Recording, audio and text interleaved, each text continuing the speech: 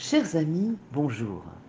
Donc ce Shabbat, Parashat Dvarim, première paracha du cinquième Sefer de la Torah, mais c'est aussi le Shabbat Chazon, c'est-à-dire le Shabbat de la vision. En effet, nous allons lire dans la Haftara, après la paracha, nous allons lire le chapitre des prophètes de Ishayahu, Isaïe, qui commence par ces mots, la vision d'Isaïe. Alors nous sommes dans la période, puisque nous sommes dans la période des 9 jours, et à partir de Rosh Chodesh, d'accord, qui était mercredi dernier, et nous allons vers le 9 Av, le 9e jour du mois de Av, où nous allons jeûner, pleurer la destruction du temple de Jérusalem, car à cette date ont été détruits à la fois le premier temple et le deuxième temple. Et le Shabbat qui précède ce jour de jeûne est appelé le Shabbat de la vision, Shabbat Chazon, comme on a dit, puisque nous allons lire cette Haftara qui commence par la vision d'Isaïe. Mais nous allons voir qu'il y a également un sens profond au nom de ce Shabbat de la vision, que le maître chassidique Rabbi Levi Yitzhak de Berditchov exprimait par la métaphore suivante. Un père a préparé un jour un magnifique costume pour son fils. Mais l'enfant n'a pas pris soin de ce cadeau. Il a fait du vélo, il a fait du foot, et bientôt le costume était en lambeaux. Le père a donné à son fils un second costume, mais très vite, il a été également abîmé par l'enfant. Alors le père a confectionné un troisième habit, mais cette fois, il ne lui a pas donné. Et de temps en temps, à des occasions particulières, il lui montre, en lui expliquant que il pourra l'apprécier et en prendre soin lorsqu'il le lui donnerait en temps voulu. Alors cela a conduit l'enfant à améliorer son comportement jusqu'à ce que progressivement cela devienne sa seconde nature et enfin qu'il mérite le cadeau de son père. Lors du Shabbat de la vision, Rabbi Levi Yitzhak dit que chacun d'entre nous reçoit une vision du troisième temple, notamment le Shabbat à Mincha, qui est un moment très très élevé. Et bien sûr, on n'en a pas conscience, on ne le voit pas. Mais dans le Talmud, c'est écrit que nos âmes le voient, nos neshamot le voient. Et donc cette vision suscite en nous une profonde réaction, même si on n'en est pas conscient de cette vision extraordinaire. Alors le temple, le Beth Amikdash, était le siège de la présence manifeste de Dieu dans le monde matériel. Il y a un principe fondamental qui dit « La terre entière est remplie de sa présence », toujours dans Isaïe. Il n'existe pas d'endroit vide d'Akadosh Baruch Hu, comme c'est marqué dans Tikkun Zohar. Mais la présence et l'engagement de Dieu dans sa création, eh bien, sont masqués, sont voilés. Olam milachon elem, ce sont les mêmes racines. Le monde a la même racine que voile. Et nos mitzvot consistent justement à pousser les voiles pour faire dévoiler la présence divine. Le temple, finalement, était comme une ouverture dans le voile, une fenêtre à travers laquelle eh bien, Dieu projetait sa lumière dans le monde. D'ailleurs, c'est écrit que si les nations avaient conscience du bien que le temple apportait dans le monde, ils ne l'auraient jamais détruit. Alors, Dieu construit pour nous, en fait, un troisième temple. Mais contrairement aux deux précédents, qui ont été les constructions humaines, et donc qui ont été détruits du fait des fautes de l'homme, n'est-ce pas? Puisqu'on dit souvent qu'effectivement, sinatrinam, la haine gratuite, a conduit à la destruction. Alors le troisième temple, eh bien, sera éternel et indestructible, puisque ça sera la construction de Dieu lui-même.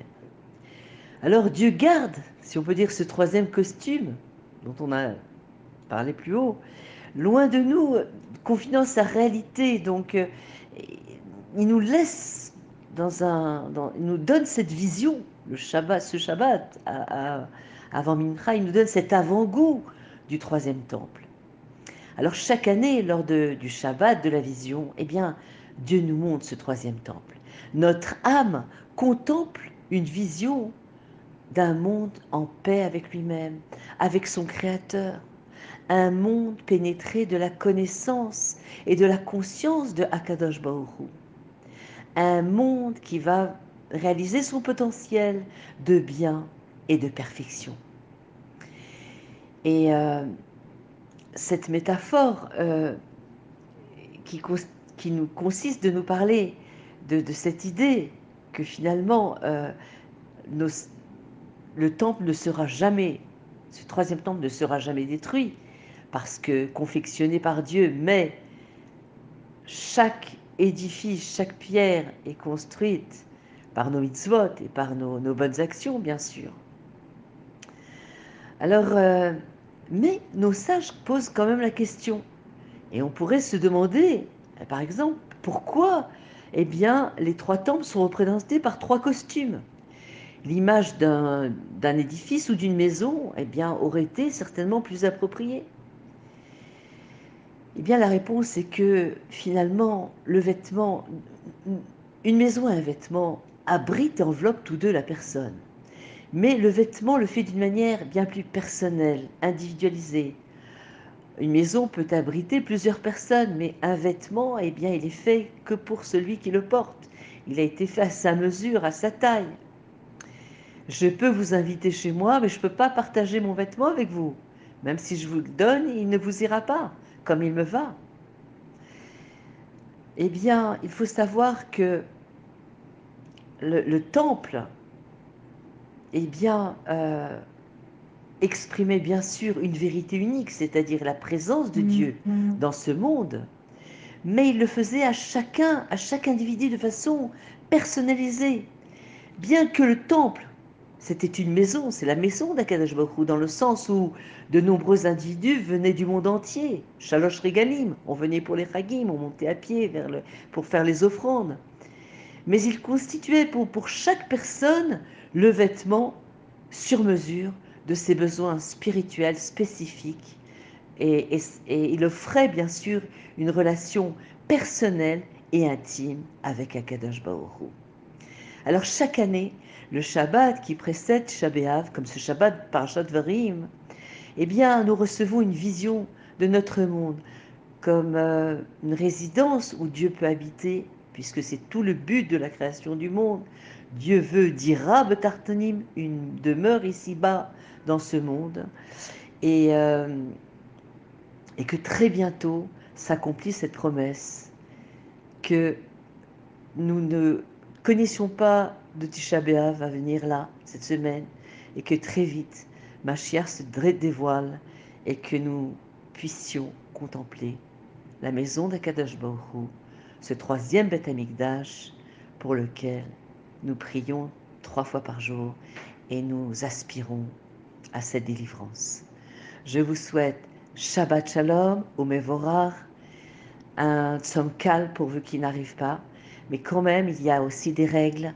Pendant la semaine, nous avons des règles de deuil à respecter, puisque nous n'achetons pas de nouveaux vêtements, nous ne buvons pas de vin pendant la semaine. Nous essayons bien sûr de ne pas laver des vêtements, ne pas consommer de nouveaux fruits, etc. Il y a des dîmes très spécifiques. Pour les sépharadim, eh bien, ça sera Shavua Shikralbo, c'est-à-dire que ces règles pour laver les vêtements, etc., bien ces règles s'accompliront Motzei Shabbat, à l'issue du Shabbat.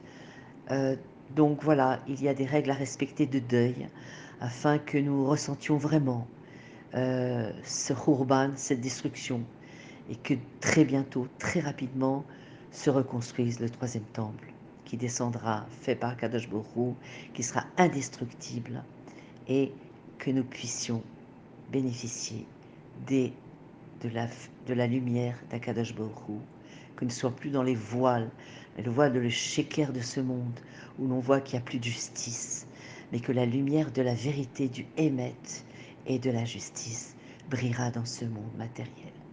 Shabbat Shalom ou Mevorach.